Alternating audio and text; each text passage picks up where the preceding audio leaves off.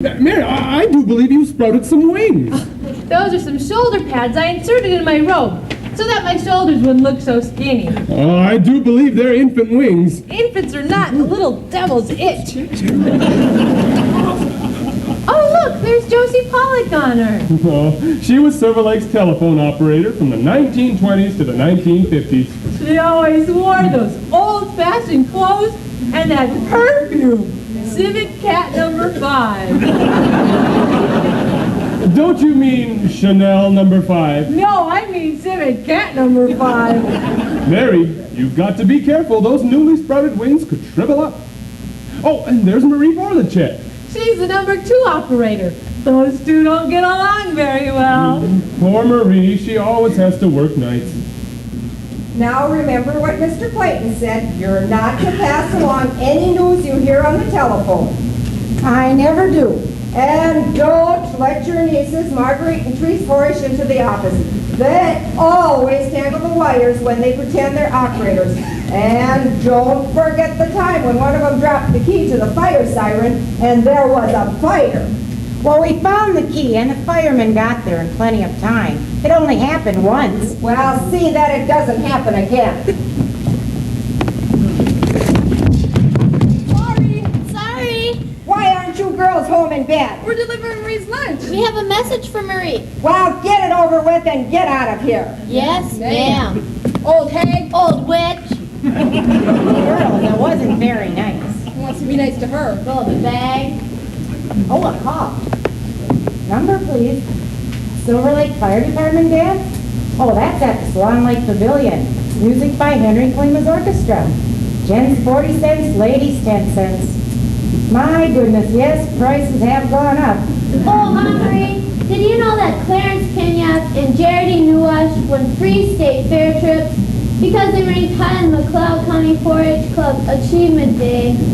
I wish I could go to the fair. Me too.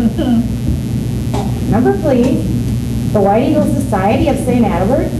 Yes, their ice cream social is on Sunday afternoon at 1:30. You're welcome. Number, please.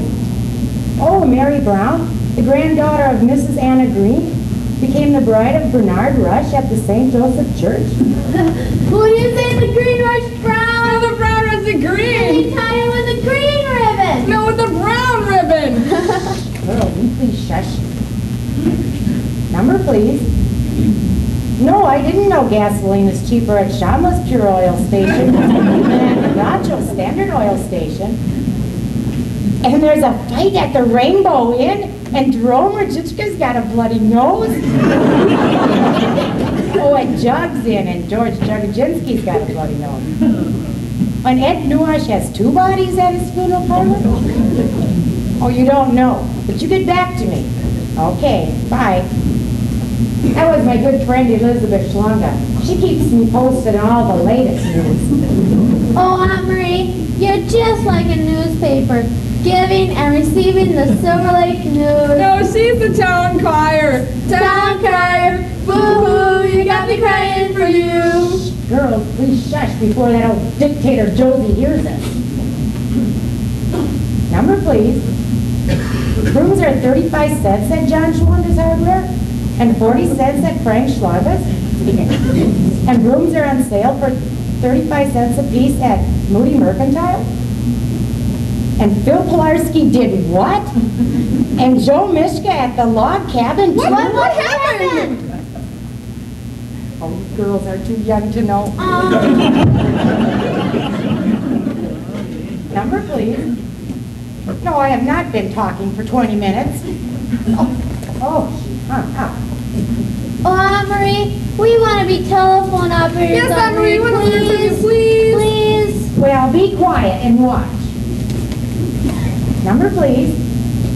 No, I didn't hear Mrs. Joseph Krennic speak over shortwave radio from Czechoslovakia to America. She said what? She said that? What did she say? One moment, please. She said, all of Europe is in a turmoil over that Nazi Adolf Hitler. Czechoslovakia expects an invasion at any minute, and that will mean war. and America will probably be drawn into World War II.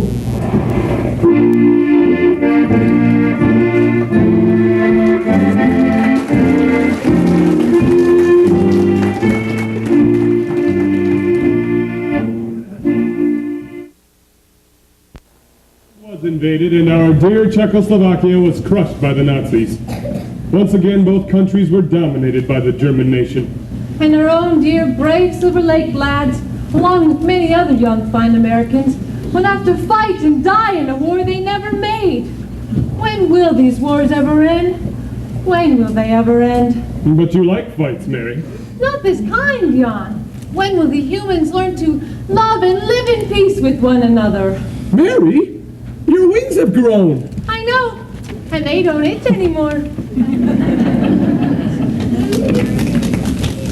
Joe, I don't know how a newcomer like you ever got elected to the Silver Lake City Council. And with a name like Galen. Newcomer, come on, Frank. Bernice, Jim, and I moved to this town in 1951. How much longer do I have to spend around here before I'm not known as a newcomer? 2 or 3 generations. Ah, come on, Joe, give me a break. 50 years might do it. With a name like Galen Dusky, I guess we really should consider him one of us. Yeah, Galen Dusky, that's an Art Nikolaichuk used to call me when I first came to town. Yeah, well, you've done okay as a newcomer. There you go again, newcomer. Say, we had some pretty good times together on the city council. We had some good and some bad. But I'll tell you, we had some rip-roaring council meetings in our day.